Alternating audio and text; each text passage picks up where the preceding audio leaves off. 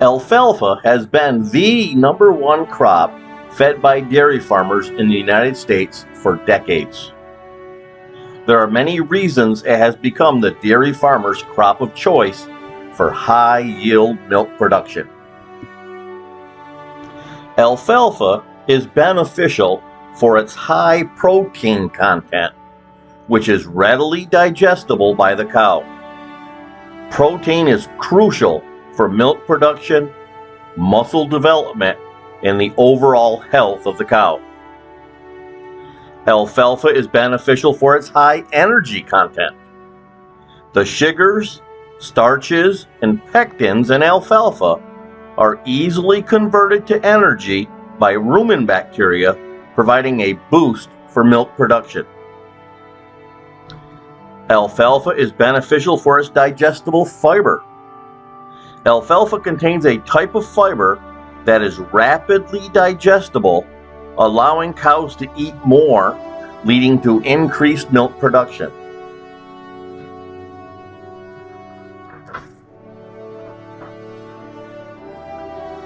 Alfalfa is beneficial for its stimulation of the rumen. The coarse fiber stimulates chewing and salivation, which helps buffer the rumen and maintain a healthy pH balance. Alfalfa is beneficial because it supports milk fat production. A healthy rumen contributes to higher milk fat levels. And lastly, alfalfa is palatable. Cows like it. Just like with humans, the better something tastes, the more it is eaten. Other than being a great feed for dairy cows, alfalfa is a very beneficial crop to grow. When used in crop rotations, alfalfa can improve soil drainage, fix nitrogen, and help break pest cycles, benefiting subsequent crops like corn.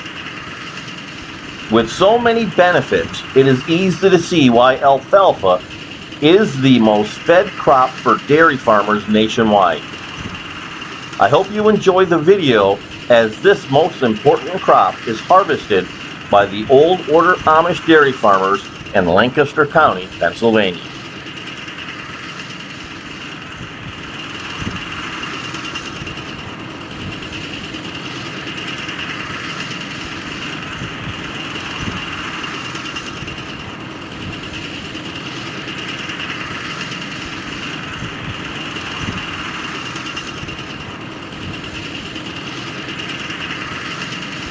What you see here are sickle bar mowers being used to cut the alfalfa.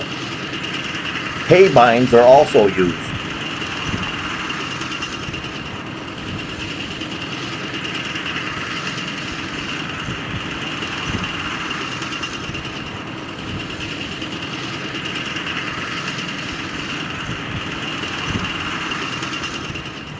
Let's swing over and see what's happening on the other side of this cornfield.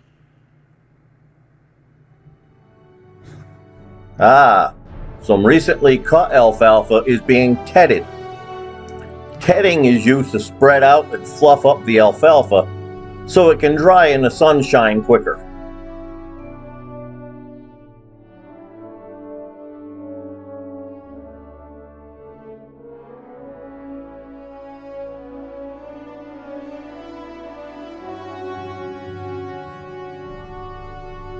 This tedder operates using a small gas engine. Some tedders are ground driven.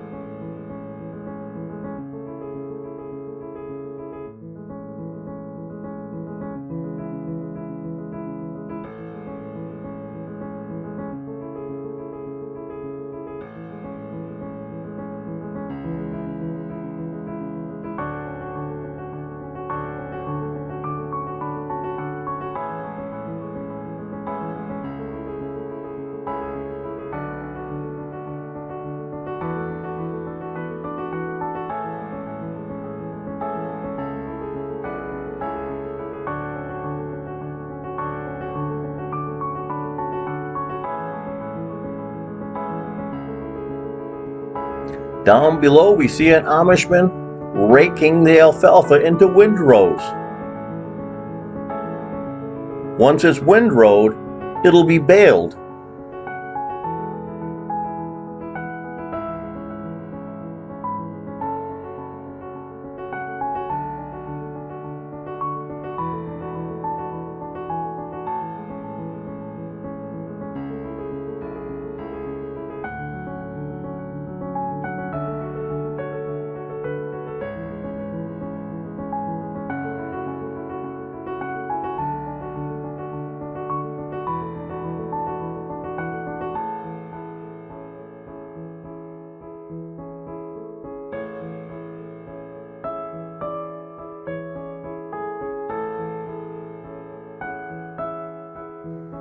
Just like with tedders, rakes can be ground driven or driven by a small gas engine.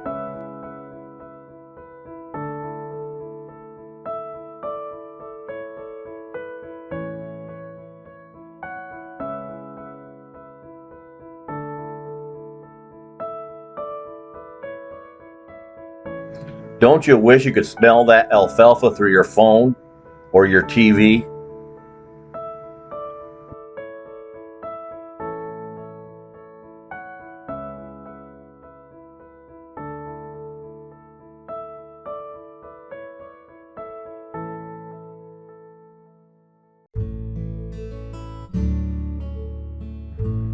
I was out videoing some baling one evening, and this balloon caught my eye. It was flying over Cherry Crest Farms in Paradise.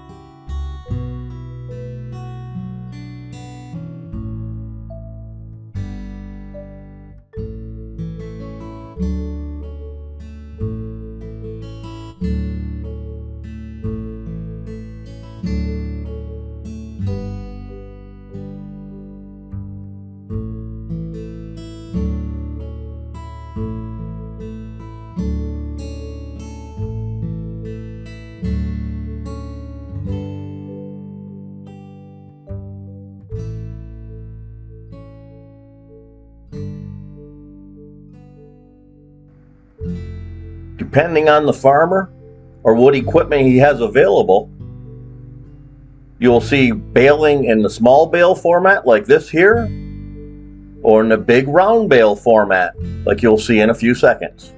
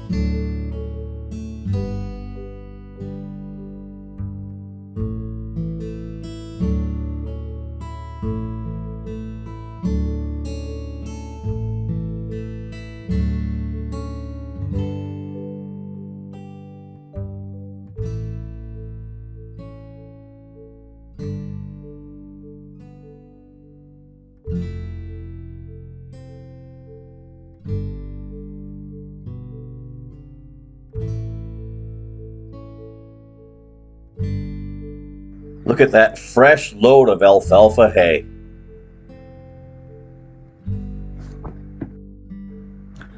When baled with a high moisture content, alfalfa hay is oftentimes wrapped in plastic to make baleage. The alfalfa bales ferment in the bags just as it would in a silo.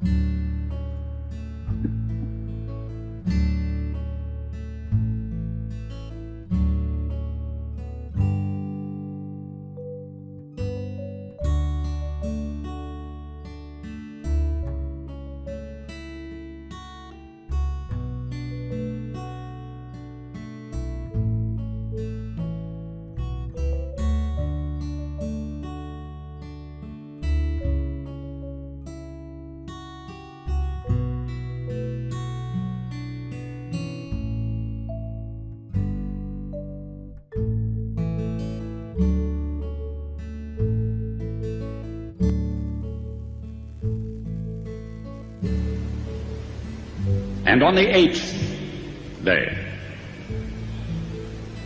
God looked down on his planned paradise and said, I need a caretaker. So God made a farmer. God said, I need somebody willing to get up before dawn, milk cows, work all day in the fields, milk cows again, eat supper, then go to town and stay past midnight at a meeting of the school board. So God made a farmer. I need somebody with arms strong enough to wrestle a calf and yet gentle enough to deliver his own grandchild. Somebody to call hogs, tame cantankerous machinery, come home hungry, have to wait lunch until his wife's done feeding visiting ladies, then tell the ladies to be sure and come back real soon and mean it. So God made a farmer.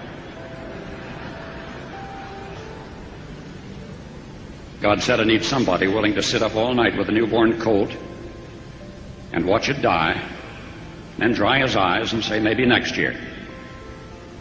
I need somebody who can shape an axe handle from a persimmon sprout, shoe a horse with a hunk of car tire, who can make harness out of hay, wire, feed sacks, and shoe scraps, who planting time and harvest season will finish his 40-hour week by Tuesday noon, and then painin' from tractor back put in another 72 hours. So God made a farmer.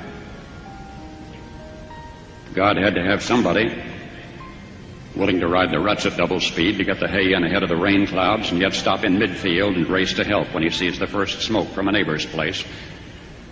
So God made a farmer.